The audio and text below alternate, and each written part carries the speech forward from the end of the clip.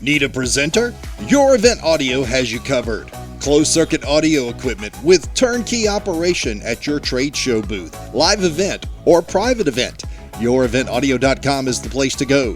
DJ services, MC talent, and a whole lot more. Check out YourEventAudio.com today. It's March the 29th, 2024, and it is time now for the Exhibitor Now podcast. I'm Mike Morrison, National Sales Director, WS Display, co-host of the show. My other co-host, as you see there on the screen, is Kim Gischler, Chief Content Strategist for Exhibitor Group and also the Associate Publisher for Exhibitor Magazine. I'm getting real good at that title thing Every now. time you say it, it's a mouthful. It really ridiculous. is. I'm saying, here's Kim, you know what she does. Let's go, and keep Exactly. going. Hey, a lot of things to talk about. And this week was an interesting one for me. I'll make it a Reader's Digest version and not a novel. But this week I was in Pennsylvania. And as some people know for WS, so I have a facility there. My East Coast facility is located in Carlisle, about 27 minutes or so west of Harrisburg, which we know is from your geography lessons is the capital, Pennsylvania, and then about an hour and a half west of Philly. And the reason I bring it up is because when I walked into the airport on Sunday to start this business week, it took me back to 4 years ago when on that almost to the date, the state shut down. And we all know what happened in 2020, 4 years ago. It was the beginning of the shutdown across the United States. COVID, yeah. COVID. I mean, nobody likes to say it. It was what it was. Well, you need to. Because you have to accept history, right? You got to accept it. And the freakiness, the eeriness of that was what got me when I walked in. I looked around the airport and I saw places that were ghost town 4 years ago that are now picking up and kind of getting back to what sense of normal you can get to. But as I was going to the rental car and I was driving away and looking around at people and their activities and what's going on, we've come a long way, Kim, from 4 years ago. So this week, like I said, was a little bit of a throwback. And my question to you off mic, as I mentioned, do you remember about this time 4 years ago, what was happening in your world? Yes. And the challenge we had when I was there, I was working for SEMA at the time, and, we were all working from home anyway. So it's kind of changed. But, you're in Utah, you're dealing with all that. And plus it was the middle of a big snow storm or snow activities. And I had friends coming into Park City to ski, and I had to call them and say, you know what, you can come, but it's all shut down. And talk about just a ghost town. It was crazy. And so they turned around and went back, but it saved me some challenges on having to entertain someone for the weekends. You know what, it's gosh, because you work from home and because a lot of us did at the time, you were affected by it, but you were didn't really understand, I think, until you went out and had to go grocery shopping or you had to go, do some other things. And I just know everyone was like stockpiling toilet paper. Wasn't that the big? Yep. Costco was running out, or they said you could only have so many, or buy all your meats and freeze them. So, I mean, we all went through a lot of different things. We learned a lot of things about ourselves. I don't think we knew about the resilience that we all could do and be creative on how we were going to live the next couple years, and then changing our view on how we were going to survive in the business world. So it was interesting. Don't ever want to do that again, but I know that I've come through it better and smarter for it. So I remember my rebellion aspect from a events side, so because we're so face to face, you have to be. And my whole thing, especially with the podcast I was doing at the time, was, this thing is going to last 6 to 8 weeks, and then we're going to be back. And it's just one of those. I think we all thought that. I think we all thought that, Mike. A blip in the radar, and then we're back to normal situations, and that was far from the farthest thing from the truth. Worst thing I've ever experienced during my lifetime so far, especially being in the events industry. But it's an interesting time that people can go back and think what was happening with you during that time. It kind of goes back to where we all used to say, where were we at 9/11? Where were we, and all these other places, the things that happened. I went through the earthquake in Loma Prieta in '89. So, I mean, we all have those certain spots where we check out, where were we and what were we like at that time? So hopefully we don't have any more of these in the future. Amen. We need to keep going forward, and that's what we're going to do. Now, the next bullet point is one that I guess I failed to recognize and mention. I think we should. The month of March has been seen as a strong focus on women within the events industry. I think it's safe to say that the change has been seen on this front, and we continue to be seeing it as it changes throughout our industry. And while we may not have arrived to the ultimate level playing field that everybody talks about, it certainly appears that we've made strides in this area. Would you agree with that? I think absolutely. And I think the events industry is a different sort where women are probably the percentage higher than any other industry in decision making, in job title holdings and everything else. I believe, we do hold the strong arm in this industry, which is wonderful to see, but there's a lot more to that we need to improve upon, which means branding, the personal brand. How do we get more of the segue from entry to that level of CMO, VP of events in the industry, in the corporate industry, or in the end user side, as I like to say. So bravo, we've come a long way. We've got a lot more to do, and we've got a lot more to say. But I say stay tuned and see what happens next, because we are a force to be reckoned with. Yeah, I don't, I try not to look at it as You're good at that. Don't say anything else, and let's just go to the next question. I don't want to be us versus them. I kind of want to play along in the sandbox with everybody else and just be nice, I'm trying not to, I'm good. I'm fine with what I see. We have a long way to go, and there's some concerns, as we all know, with political stuff that's going on, but I don't want to get into all that. But I would say this, don't underestimate what we can and do. And so it's all good. All right, next point. Let's drive forward. Unfortunately, this week we saw, I'll call it a useless tragedy in Maryland. What happened with the cargo ship running into the Francis Scott Key Bridge and destroying it, and most likely there'll be loss of lives there, and it's just real sad what happened there. But what we may also see as a result of that is this horrendous state of affairs with the supply chain and what's happening. And we've seen that across the board in other situations. Specifically off mic, we were talking about Long Beach back in COVID time, where there were, dozens and dozens of boats in the water just sitting there with supplies that were desperately needed, but we did not have a way of getting it to, what we needed. So that being said, I think we got to watch this, because what's going to happen obviously is a diversion of freight that goes from mid-Atlantic to the north and to the south of Baltimore rather. And it's going to be interesting, Kim, to see how this shakes out for our industry when it comes to supplies that are needed for the face-to-face world, in my opinion. God, we were just getting out of this. I mean, we really were moving forward and not having to worry about this anymore. And now we're it's kind of go back to the COVID thing. We're taking, you take 5 steps forward and you're taking 12 steps back. So it's unfortunate. I worry about costs going up now, the budgeting cycle that we're going to be in for rest of this year and 25. Probably not this year, but probably 25, 26, moving into that. We're already seeing F&B prices go up on everything. So now we're going to see the supply side go up, which is another heartache.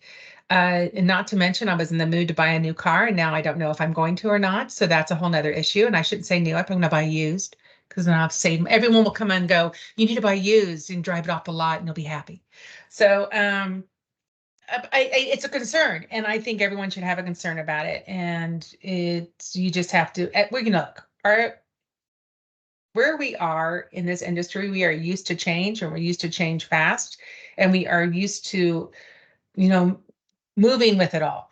And this is what I love about this industry that we all are love and adore, that we can change at a moment's instance. But gosh, how many more hits do we have to make to come through that we have to say it's okay to? I'd like to have some calm. That's what I want. I want calm. I want to be able to project and be right on my projections.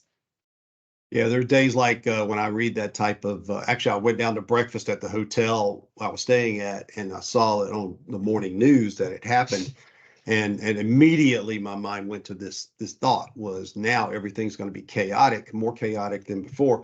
And when it comes to your statement about now, I just want some calm. I probably need to be the person that welcomes you to Costco or something, and give them a cart and yeah, that's calm. Some kind of job that doesn't make you pull your hair out what you got left, and because this industry will do that to you. It is absolutely Well, I mean, chaotic. we really have to be fortune tellers. We don't really know, we're working on 2 or 3 years in advance. So it's kind of spooky when things like this happen because what you thought was the norm is now going to change again, and it keeps Again. changing again. So it's a bugger, but we all will figure it out. We move through it. Hopefully there won't be any more uh, emergent and any more things that have come up that will say that there's deaths or anything like that. That's the main concern. We need to have people be safe and happy and not have any tragedies any longer. Nobody likes the monkey wrenches for sure. I mean, y'all Yep. get thrown at me on a consistent basis, it seems. But that being said, this interview that we have for this week. This is one of those, as you're about to hear. We actually tried to do it at Exhibitor Live, had a technical malfunction, and I think the redo was as good, Better. if not better, than what we did there. The noise levels certainly are better because they're non-existent in this interview. But we had two guests that are good friends of Kim within the industry. Julie Lynch and Jill Leithner came on, and they'll tell you about what they do and their companies they work for. Jill's with Intel. Julie, I believe, is her own entrepreneurial organization, Consultant. right? Yeah. Consultant. So, and we just had this roundtable discussion about a lot of things, and I think you'll find it very interesting here on the Exhibitor Now podcast. Let's take a quick break and come back with that interview right after this. Attention, trade show and event marketing professionals. Are you ready to take your face-to-face marketing expertise to the next level? Join more than 3,000 candidates currently enrolled in Exhibitor Group's Certified Trade Show Marketer Program. CTSM is corporate America's top source of the industry's best trade show and corporate event training. CTSM certified trade show marketers enjoy expanded career opportunities, greater respect and authority in their organizations, and earn higher salaries than their acronym-free peers. Learn more, earn more. Visit ctsm.com today. Welcome back to the Exhibitor Now podcast. First of all, little housekeeping note. We had some great interviews at Exhibitor Live. Most, without a doubt, one of the best interviews that we had a technical glitch. It happens. It wasn't even a technical glitch. It was a mic botch up. I'll just call it what it is. Be that as it may, we're fortunate enough to be able to go back with our two guests at this time and try to relive that moment. We probably won't be able to relive that moment, but we're going to do the very best that we can because we had great content, great discussion, and Kim's going to introduce our guest at this time and start the ball rolling. Well, thank you, Mike. And we're learning to forgive, but it's going to be a challenge to forget. But we're going to move on because we're adults. So there we go. Anyway, I am so privileged to have these amazing two ladies here today. I can call them friends, but I respect them in the industry. They've been such supporters of myself, and I think we've been supporting each other for a long time. So I'm excited that you're here, and I want to introduce Jill Leithner, the Director of Executive Productions for Intel Corporation, and also Julie Lynch, CEO of LynchPin Consulting. Thank you both for being here. It's a little less loud than it was at Exhibitor Live. So I feel like we could actually have a conversation now. But to that point, I think, you two are all about the absorption of content, how people are learning, what kind of things are happening in the industry today on how people are absorbing all this content that they've got going around them. And as we all know, as we're doing a podcast that's a short amount of time, our attention spans are less and less and less as we've gotten into this world post-COVID. So anyway, I would love to know your thoughts on what you're seeing out there on how people are digesting or absorbing content now. And maybe I'll just start with you, Jill, real quick on what you're seeing or how you're doing it, and would just love your thoughts on that. Thanks, Kim. I think we are in a little bit of a pioneering phase with looking across the audiences, like you said, post-COVID, and really trying to provide, a diversified approach to how we create our content and then distribute our content. And that's largely what my team does from a production perspective. We do the live stage show experience for the people that choose to be in room. And then, of course, we are streaming or broadcasting and up-leveling that experience to the people who can't, for any particular reason, can't be there in person, but are interested in in the content.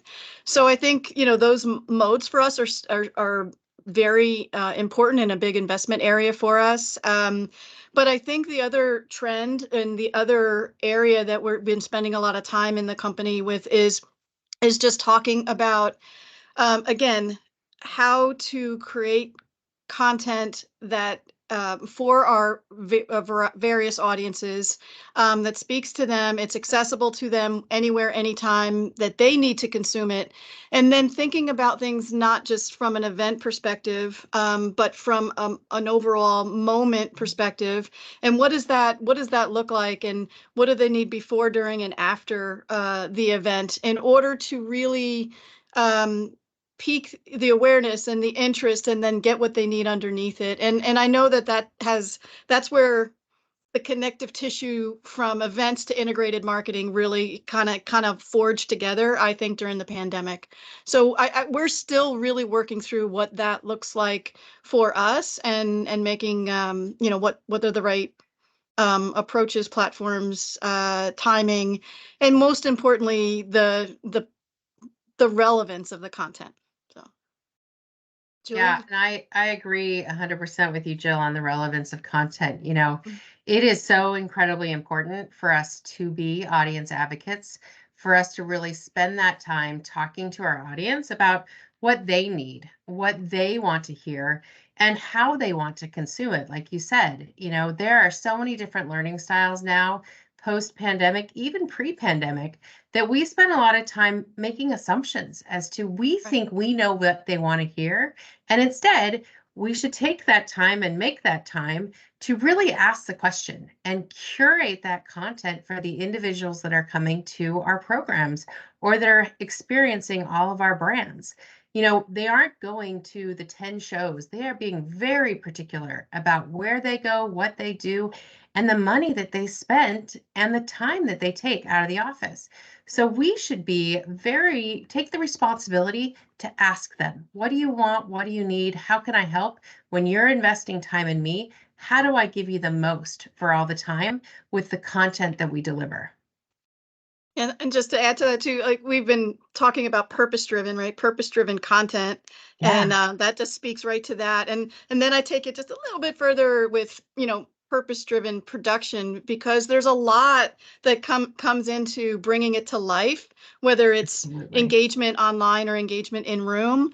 But there's, looking back, there's just a lot of things that are entertainment value, but we're looking for purpose-driven value. Like, how does everything we do from a production perspective reinforce or be a proof point of what we're trying to say? And I think that is a shift that we're really just trying to stand behind everything that we do, not do something just for the sake of it, but do something because it holistically means it helps it as a proof point to the content that we're trying to convey. So that last statement that you said, based on the overall statement that you were saying, though, is what you need to convey, and then what do you want to hear?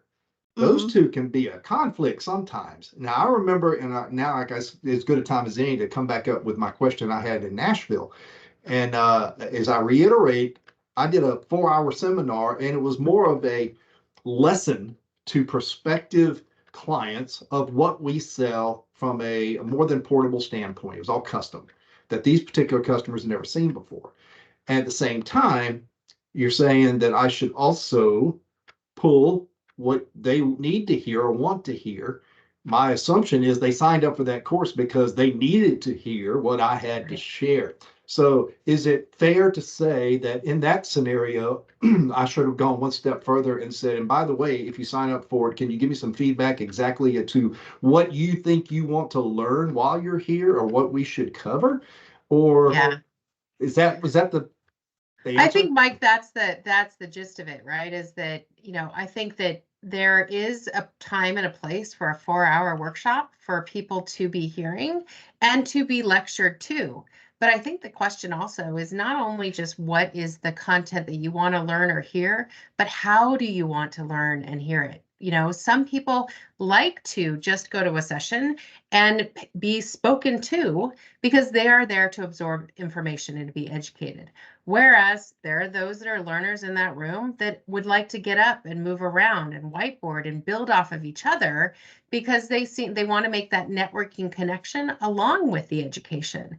So not only is it the content, but it's how do people want to learn today, I think is a bit different. And having those sessions and asking the question, or even when you start the session, asking the question of how people want to experience the next 4 hours can be helpful so that you get out of it and deliver what you want, and they're getting out of it, and they feel like it's a co-creation of content together instead of it just being very one directional. And I learned the other day, and I love this. I learned it from someone that said, when a coworker calls and says, I need to talk to you about something, I should ask them, do you want advice? Do you want a solution? Yeah. Or you just want my ears? Right. So I think it's classic, and that can go on to any content that you have when you're doing that. Kate, do you want the advice? Do you want a solution? Or do you just want me to listen? So, and absorb. Mhm. So, and I think that can go across a lot of different areas. So many ways. Yeah. Yeah. And I think, and just to add too, I mean, I love the ability to start interacting with people who are interested in your session in advance. Mhm. And again, whether it's before you start and creating somewhat of a bin list or an open, like just a way to have people feel I'm connected, and then you pay off in that session and kind of be open to that content. It could happen at registration, or there could be an intake form, or these are hey, thank you for signing up for my class. Would love to hear what you'd like to get out of it or what things you'd like me to touch on before.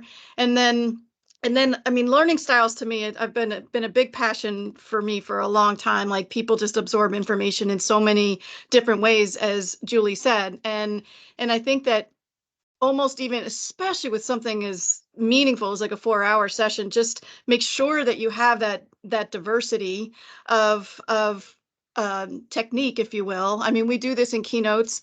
Every 7 minutes, you do something to change the cycles in the brain, just whether it's a video, whether it's a guest, whether there's just something different, you bring something new to the table, that it just re-engages the brain. Oh, something's changing, and pay attention. And so that helps with getting the engagement. And in some cases, in a smaller, more of a workshop session, you can get that engagement a little bit more more actively in looking at the different things that you do to bring those goals, those objectives, those learning objectives to life. And then at the end, you also have on the back end, the way to say, feedback for future, how to build on this. And maybe there's ways that you stay connected with the folks that invested some time there. And I think that that's the goal. And from a scale perspective, it starts to, how do you build that community through your content and through your delivery of content in various different forms, in person and before and after. So it's just a fascinating thing, but it's doing it really, really well is a big is a time investment. So I will put this to you too, since we're talking about understanding the audiences and how they're going to go in the future, et cetera. Where do you see all this going in the next, say 2 to 4 years, or everyone always does odd, 1 to 3 years? Where do you see some of the nuances of this moving towards? I think that, I do believe AI is absolutely going to be a part of what we're doing and how we're doing this. I think we were joking before about how somebody could take this entire conversation and use our voice, put it into an AI engine, and we could deliver an entire keynote in our voice without actually having to be the one saying those things. So there is such interesting technology that is coming out that we talked about when we were actually at Exhibitor Live, which was all about the deep fakes, which is all about the new technology that they're going to look at someone and see, is there a vein that's throbbing in your neck because you're talking, to see, is that really a human, or is it just someone that is not a human and it's a deep fake? So I do think that there is going to be a lot that will come up from an AI perspective. I also think, though, that there is going to be so much more attention paid on business impact. And what are we doing from delivering business impact with every single thing that we do? So how are we taking the content we deliver, and how is it delivering business impact? How is it helping us from a sales perspective? How is it helping from an ROI perspective? How is it helping from and Jill mentioned it earlier, the entire integrated campaigns that we do around experiential. It is so incredibly important to look at engagement and see how that works and happens. So I think, because we're all competing to get that mighty dollar for all the programs that we do, I think business impact is going to be a huge thing, and measurement is going to be super important and continue to be so important as we go forward. It's a big passion of mine, on both fronts, but especially on the measurement front, because that is so critical, and being able to derive insights and connect the dots between the events is going to be huge, as far as in terms of how we navigate the next few years. I may be a little, the adoption to some of these technologies is something that I'm kind of curious about, how fast, how widespread. I don't necessarily feel like something that is from my world, as massive as maybe a global keynote or something that's being broadcast out. Like, the risk factor there, it's not the place to experiment, so where is our sandbox? Where do we go to maybe, explore some of these things in the next year or more? I do think that there might be some areas that there's quicker adoption in and around the front end and the back end of an event. I think when you get to some of the content, that might take a little bit for bigger movements with respect to how that technology shapes or figures out how that it can help.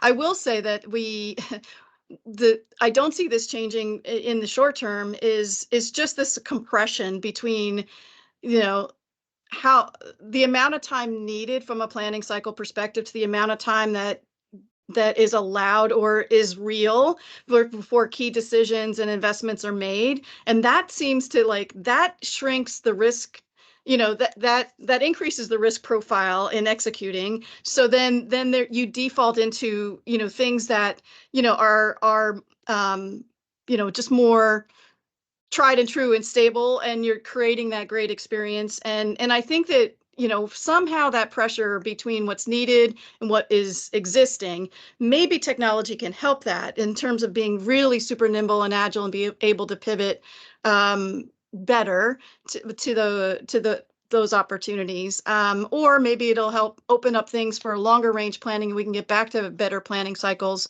And that will give a lot more time to develop and have that experimental period, like to try new things and then bring new things to stage. So I feel like it's interesting. We're still in a growth trajectory for the industry, and what is events 2.0, 3.0 look like post pandemic. But I do feel like there's going to be a lot of hunger, but the change will definitely take some time. So you're in this role, you're trying to do everything. You just made a very interesting comment about, timing. Things are getting shorter, and we always wanted to get a lot. How do you convey that up? That you can't, and we all been there. We all know that executives want, the what is it? Just this most extravagant wedding kind of thing on a beer budget. So it's how do you move in this cycle and start promoting this? And Julie's laughing because she knows this too. But how do you start managing up and setting expectations for all this new technology that's coming down and all these thoughts that you have on how you've proven that this is the measurement is what it is. You've proven this, but they still want, I'm going to do a user conference in May and it's February, but I want 5,000 people there. And we've all had this happen to us. It's the nature of the game. And then they worry that we're going over budget. Well, you're doing over budget because you're doing everything last minute. How do you navigate that? I could take it first, Julie, just briefly. Yeah. I mean, I've had a lot of experience with it.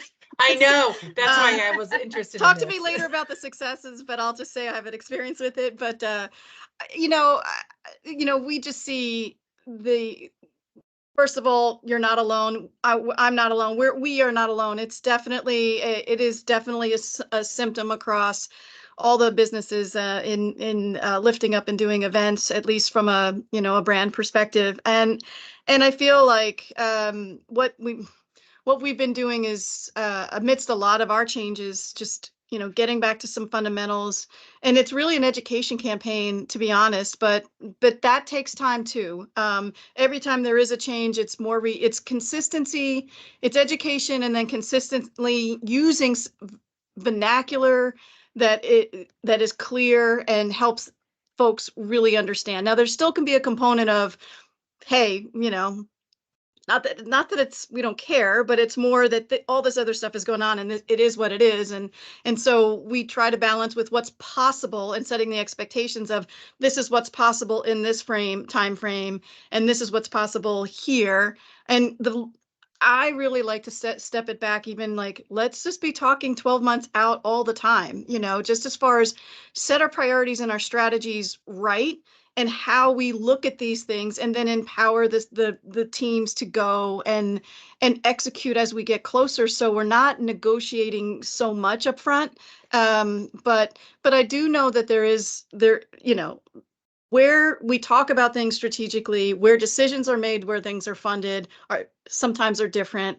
And then the recency effect as it gets closer to the event with changes, or, then that changes too. And we, really managing up has been more about education and just being consistent, and then just trying to figure out how do we adjust how we think about putting the parts together, and knowing that the meat is really coming towards the latter end of the pipeline, and requires the most nimbleness. So. And I think, Jill, you hit it right on the head with, starting with strategy, building out that strategy, and getting the buy-in for the strategy, so that when things have to pivot, adjust, change throughout the year, you have a strategic motion that everyone has agreed to that you can go back to. Now, if it needs adjustment, as you said, there are adjustment periods to everything, but beginning with that, driving from that strategy, and then being able to put plans behind that, and then also put all your contingency plans, it's so incredibly critical. But starting with strategy, we like to ladder into one strategic plan together. So yeah, I think you hit it right on the head. That strategic piece is so incredibly important to start at that 12-month time period and put it into plans and get everybody to buy in. Yeah, absolutely. Okay. I have one more question here, because I know we're almost up at time here. This is great, you guys. I could just talk to you all day, but I could do it all the time. One piece of advice you would give to an up-and-comer, person that's maybe 5 years into the business, trade show event marketer, that wants to kind of build this career in this whole crazy industry that we've known and loved, that we just yell and scream about, but we can't stay away from. What would you give them as what to look for, what to do, maybe what to think about as they're building their career in this crazy land of ours? Yeah. So I think that the biggest thing that I would tell someone is to be curious in everything that you do.